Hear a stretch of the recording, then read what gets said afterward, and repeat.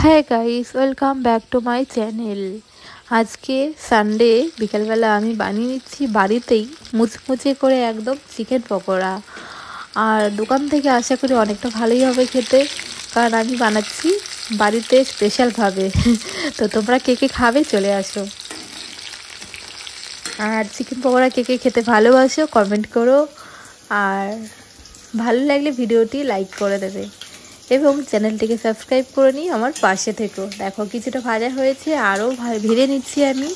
সবগুলো ভাজতে হবে একটু একটু করে।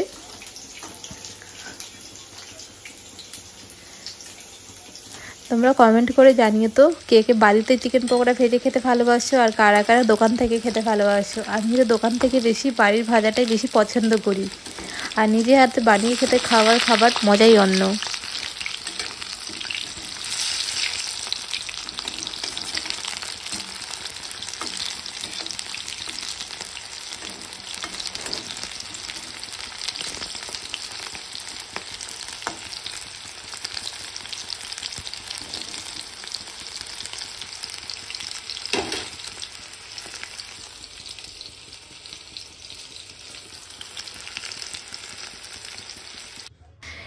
এই দেখো আমার সব পকোড়া ভাজা হয়ে গেল।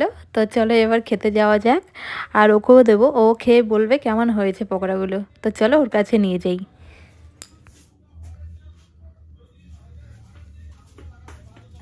ওই হ্যাঁ না, পকোড়া রেডি, পকোড়া পকোড়া রেডি।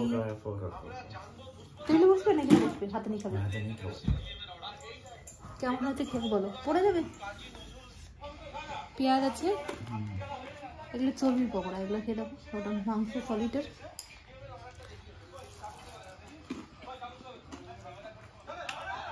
ভালো আছে, খুব ভালো, মুচমুচে করে করেছি একদম।